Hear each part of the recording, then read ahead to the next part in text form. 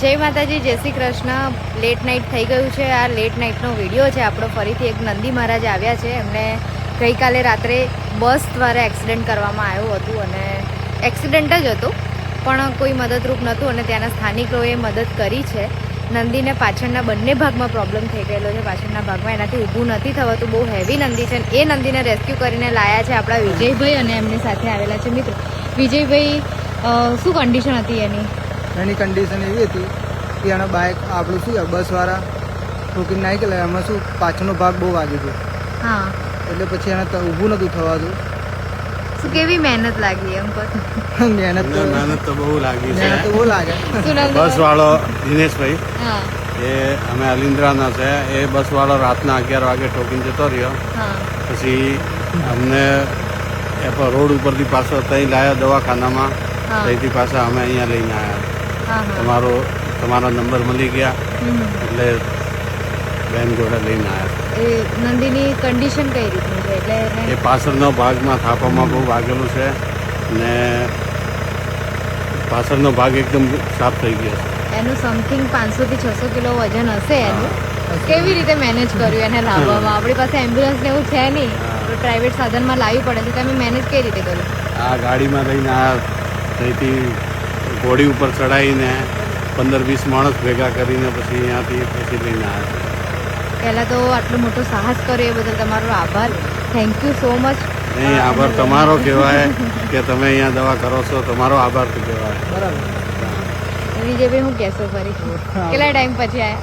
બહુ જ ટાઈમ છે, 2-3 મહિના લાગ્યા। ચેન્જિંગ પછી શું લાગે તમને? બહુ જ ચેન્જ બદલાઈ ગયો છે બધું સારું। પહેલાં આવ્યા હતા કેવું હતું? પહેલાં કરતાં અત્યારે બહુ સારું કર્યું કામકાજ એમ। શું નામ તમારું? લક્ષ્મણ, નંદીની હાલત કેવી હતી અને કેવી રીતે તમે લઈને આવ્યા? હા મરી ગયો। શું થયું હતું એને?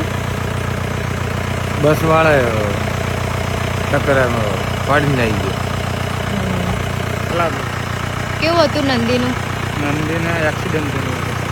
કેવી કન્ડિશનમાં તમે લઈને આવ્યા? પગ ભાગી ગયેલો મરી ગઈ એવી કન્ડિશન હતી। થેન્ક યુ તમારા બધાનો અહીંયા ઘડી લઈને આવ્યા તમે। થેન્ક યુ તો હોય જ નહીં, બેન કંઈ ના હોય તો। વાગ્યા છે 11, 11:30 ની આસપાસ વાગ્યા છે અને બધા આવ્યા છે।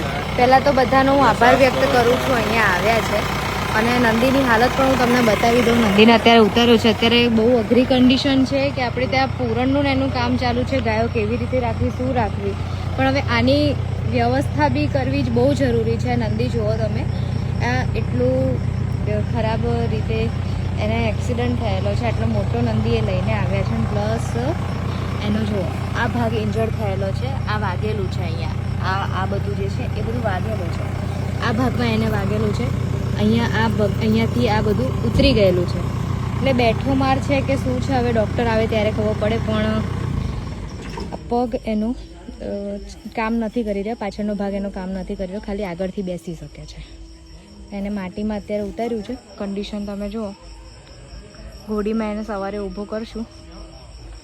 નવી ઘોડી આપણે લાવ્યા છીએ પણ પૂરણનું ને એનું કામ ચાલુ છે। સતત કેસ આવી રહ્યા છે। આજે પણ એક વિચિત્ર કેસ આવ્યો હતો અને આપણે એને બીજી જગ્યાએ ટ્રાન્સફર કરવું પડ્યું કેમ કે અહીંયા ઓપરેશન થાય એવું અત્યારે છે।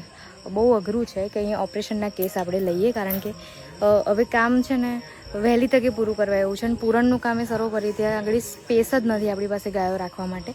અત્યારે એક્ટિવ કેસ છે એના માટે તો જેમ તેમ કરીને મેનેજ કરી લીધું, પણ નવા ઓપરેશન અત્યારે નથી કરી શકતા અને એમાં પણ આવી ગાયો સતત કેસ સતત આવી રહ્યા છે।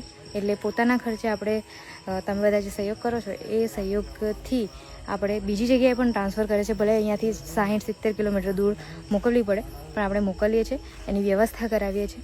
તમારા બધાનો ખૂબ ખૂબ આભાર। Thank you so much. તમારા કારણે આ સેવા ચાલી રહી છે। જય ગૌ માતા, જય શ્રી કૃષ્ણ।